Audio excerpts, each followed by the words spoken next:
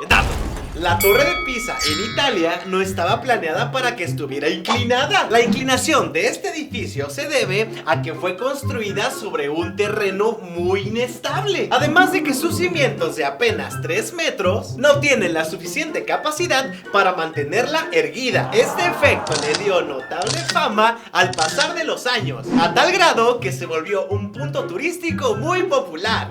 Soy Mike y esto es Megila.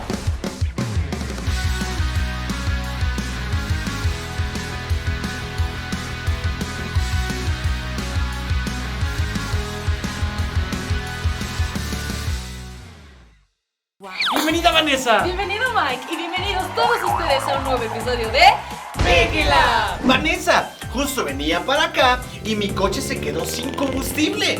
Y me puse a pensar, ¿existirá otro tipo de combustible que pueda ser usado para el automóvil? Sí, Mike, justo estaba investigando de eso y me di cuenta de que sí existe una variedad de combustibles además de la gasolina. ¡Wow! Eso se escucha muy interesante, Vanessa. ¿Qué te parece si el día de hoy hablamos de eso?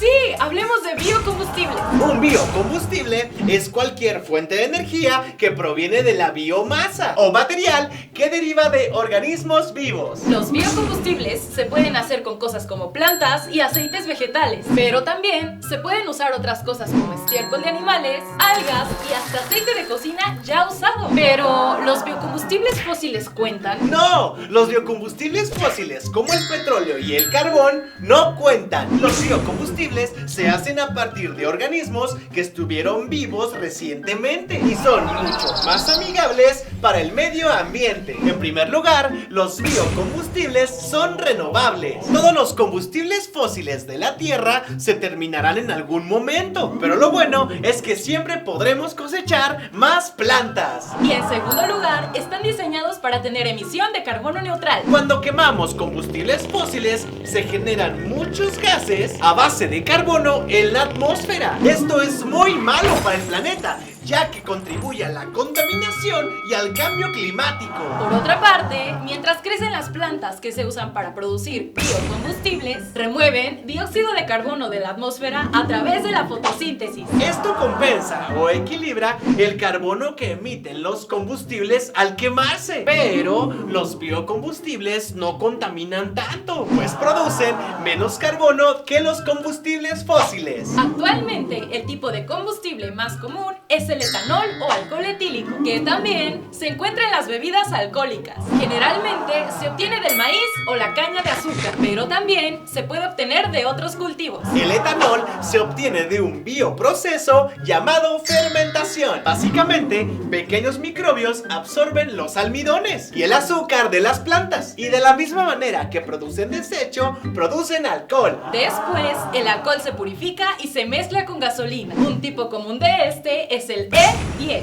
una mezcla con 10% de etanol y 90% de gasolina, y se puede usar en autos que usan gasolina. Por su parte, las mezclas con 85% de etanol pueden utilizarse en vehículos de combustible flexible. Antes que nada, el etanol no es tan eficiente como la gasolina. No puedes viajar tan lejos con un solo tanque y se tiene que recargar varias veces. Además, cultivar y cosechar las plantas requiere energía, y esta generalmente proviene de los combustibles fósiles. Entonces, eso significa que el etanol tampoco es tan amigable con el medio ambiente como parece. Utilizar las cosechas para la fabricación de biocombustibles puede hacer que haya escasez de alimentos o que suban los precios de ciertos productos. La alternativa es convertir los espacios naturales en tierras de cultivo, pero eso también es malo para el medio ambiente. Pero el etanol no es el único biocombustible. El biodiesel requiere menos energía para producirse, a diferencia del etanol. Generalmente se hace a partir de aceites vegetales como el aceite de girasol o el aceite de soya. Se pueden hacer a partir de grasas animales o el aceite que se usa para cocinar. El biodiesel puede utilizarse en cualquier vehículo que utilice diésel, como camiones y otros vehículos pesados. La quema de biodiesel emite menos gases invernaderos que el diésel normal, que deriva del petróleo. Pero el biodiesel también es problemático. Producir tanto aceite vegetal también requiere de mucha tierra de cultivo. Además, el combustible se solidifica a bajas temperaturas y tampoco es eficiente como el diésel regular. Actualmente, los científicos trabajan en una nueva generación de combustibles que son más eficientes, y y amigables con el medio ambiente. Un ejemplo de estos es el etanol de celulosa, basado en la celulosa que se encuentra en las paredes celulares de las plantas. Este tipo de combustible se puede producir con parte de la cosecha que no se come, como los tallos, hojas y cáscaras. O también se pueden hacer con pasto silvestre y hasta trozos de madera o pulpa de frutas. Y como todas las plantas del planeta tienen celulosa, para producir estos tipos de combustibles no se necesita mucha tierra de cultivo. Otra tecnología prometedora involucra las algas, los organismos parecidos a las plantas, y se encuentran prácticamente en todos los ambientes acuáticos de la Tierra. Las algas crecen en lugares donde las plantas no pueden hacerlo y producen mucho más combustible por kilómetro cuadrado que una cosecha regular. Las algas también crecen 30 veces más rápido que los cultivos normales, por lo que se pueden cosechar varias veces al año. Como ya dijimos, estas tecnologías no están completamente desarrolladas, pero si se perfeccionan, los nuevos biocombustibles serán amigables con el medio ambiente y ayudarán a que todos los países alcancen una seguridad energética. Esto quiere decir que en lugar de importar petróleo de países extranjeros, los países serán capaces de producir sus propios combustibles en casa. Mike, llegó la hora. Es verdad, Vanessa, La hora de las preguntas random.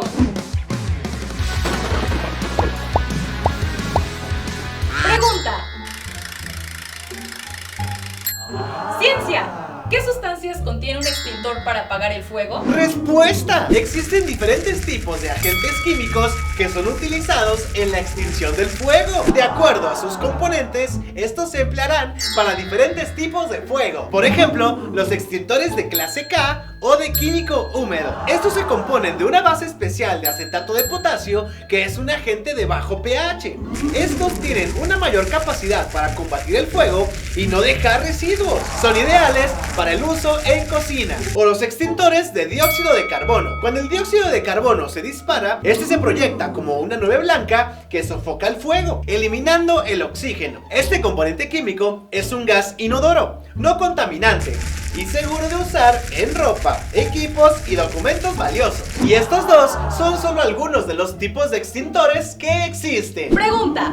¿Cómo se producen las olas del mar? Respuesta. Normalmente las olas se forman por el viento. Los rayos del sol calientan la atmósfera y como unas partes se calientan más que otras, se generan los vientos. Cuando el viento sopla sobre el mar, las partículas de aire rozan a las partículas de agua y se empiezan a formar pequeñas olas de pocos milímetros de longitud, llamadas olas capilares. Si el viento sopla a lo largo de muchos metros o varios kilómetros, las ondas capilares crecen y se van formando olas mayores que pueden llegar a tener alturas de hasta 10 o 15 metros. Aunque las olas en las playas tienen alturas de entre 0.5 y 2 metros y longitudes entre 10 y 40 metros. Además del viento, los procesos geológicos como los terremotos pueden provocar olas aún más grandes. Pregunta. ¿Para qué sirve un desfibrilador? Respuesta. El desfibrilador es capaz de restaurar el ritmo cardíaco normal a un paciente que acaba de sufrir un ataque cardíaco. Cuando el corazón del paciente deja de latir,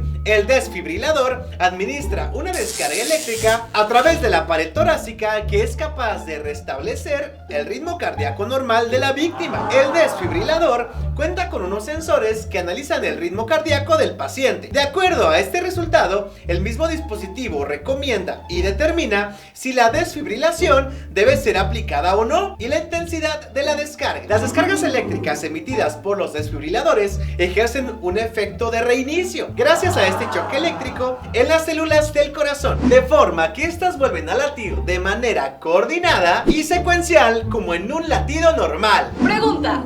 ¿Cuál es la temperatura más alta registrada en el mundo? Respuesta. Los termómetros de Kuwait lograron un nuevo récord mundial, llegando a los 63 grados centígrados, que es la temperatura más alta registrada en la historia del mundo. En el año 2016, los termómetros marcaron 52.2 grados centígrados, bajo la sombra y 63 grados bajo la luz directa del sol en ese país árabe. De acuerdo a la comunidad científica internacional, la temperatura más alta que se tenía registrada en un asentamiento humano, hasta lo que sucedió en Kuwait, era de 56.7 grados centígrados, registrada en Death Valley, en California, el 10 de julio de 1913. Pregunta: ¿cómo funcionan los rayos X? Respuesta: los rayos X son un tipo de radiación llamadas ondas electromagnéticas. Son muy similares a los rayos de luz que pueden percibir nuestros ojos, con la excepción de que estos tienen mucha más energía. En nuestro cuerpo, el tejido suave no puede absorber los rayos de alta energía y estos pasan de largo. El material de alta densidad, como los huesos, absorben la radiación, por lo tanto, producen un gran contraste en el detector de rayos X. Los rayos luego pasan a través del detector de la película, el cual trabaja parecido a una cámara fotográfica. Como resultado, las estructuras óseas o los huesos aparecen más blancos que otros tejidos, contra el fondo negro de una radiografía. Pregunta: Vanessa, llegó la hora de descubrir algo genial y asombroso. así es, Mike, porque llegó la hora de... ¡El descubrimiento de Vanessa!